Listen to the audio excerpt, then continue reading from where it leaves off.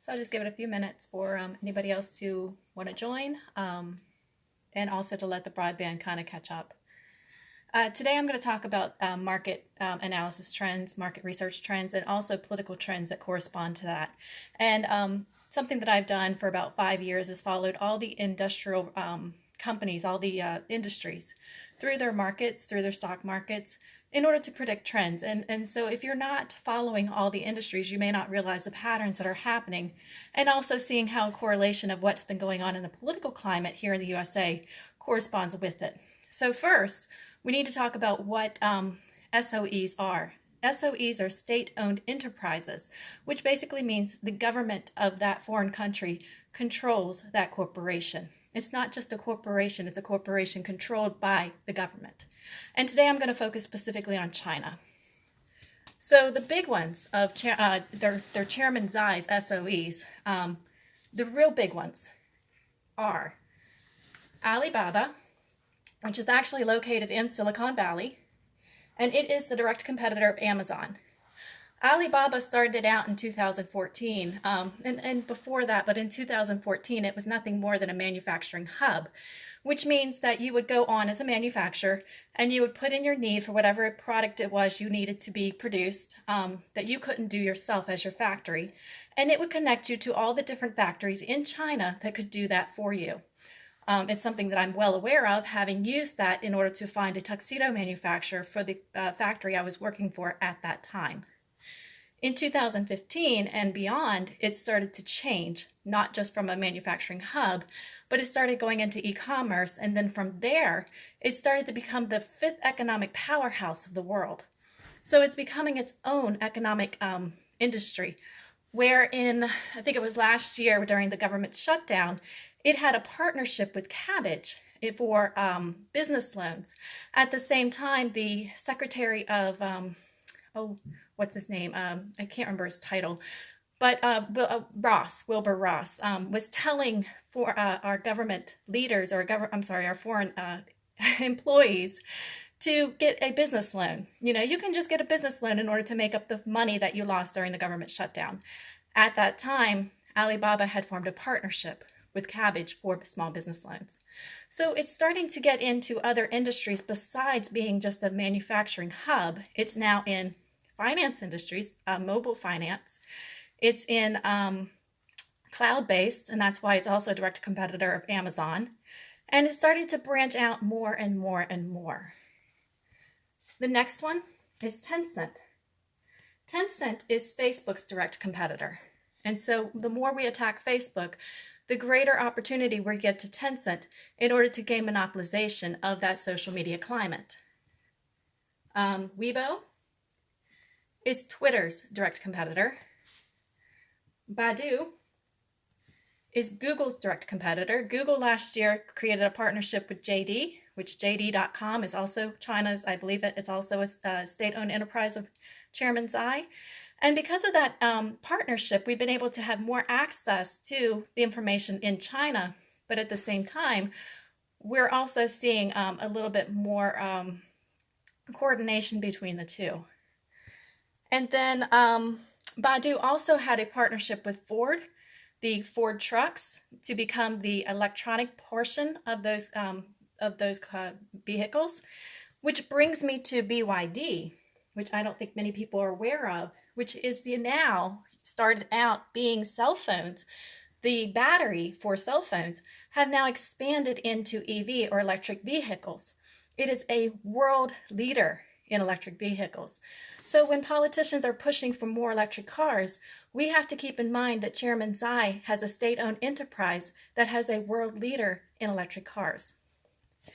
How did this happen? Well, if we look at the Jobs Act revision bill, it allowed monopolies. It removed the restriction on monopolies, and it actually encouraged monopolies.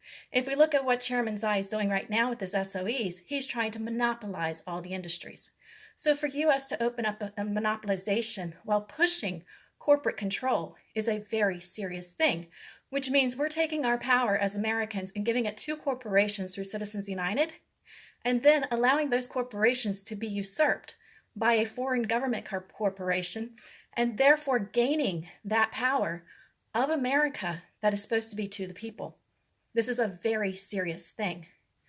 Our tax reform bill, the tax revision, remember there was this whole thing about tax revision. What it also did was lessened the rules on the IPO.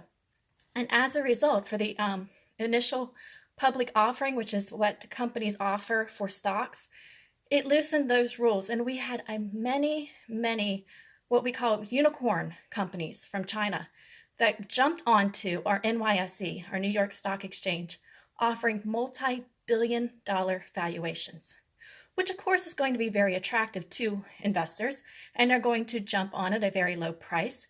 And the more investors that they get jumping onto those companies at a billion-dollar valuation, the greater money that company is going to have, and eventually they can drive out the other companies that are also on the NYSE.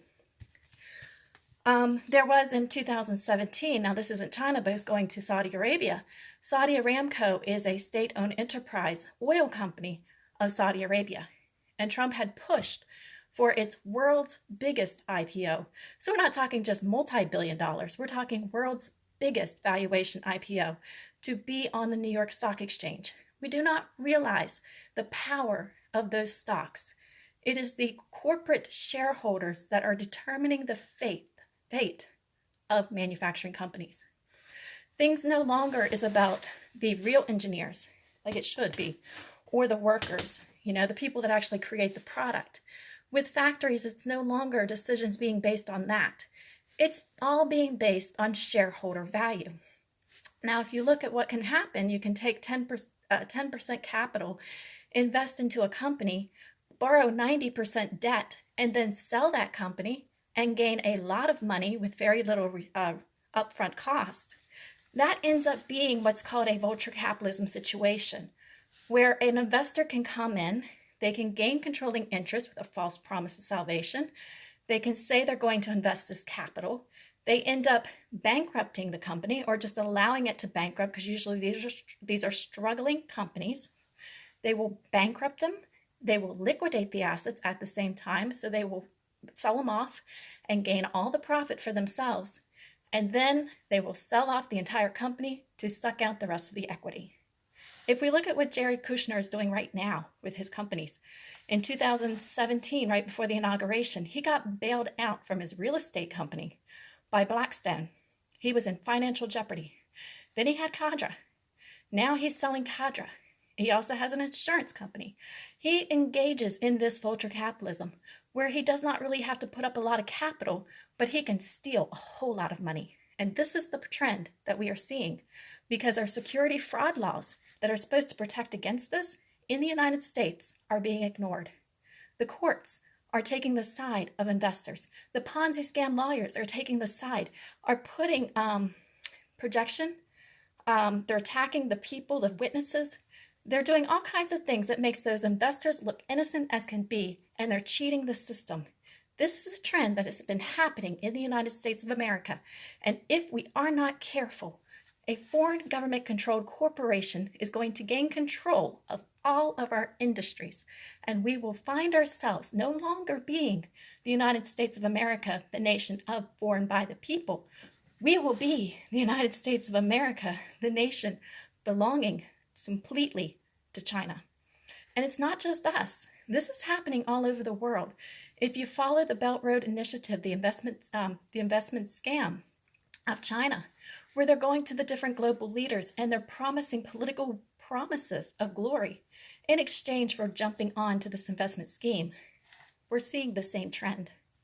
And so eventually, China is going to end up controlling the entire economic climate of the entire world. And if we do not follow what Chairman Tsai wants, he can dictate what we do with our lives. He can even prevent us from owning a puppy.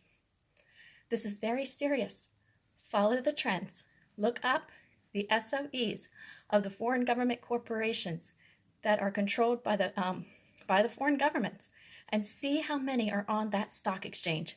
And then you're going to understand why that stock exchange is looking so good, and we're not seeing any economic benefit from what they're saying. These are the trends. Our rule of laws are not being followed that stop this. Like I said, we have the security fraud laws. we need to start enforcing them. We need to start coming down on these investors who are engaging in this practice, because this is the biggest job killer in the United States. We already have them, or we did, but our politicians are paid off by corporate PACs.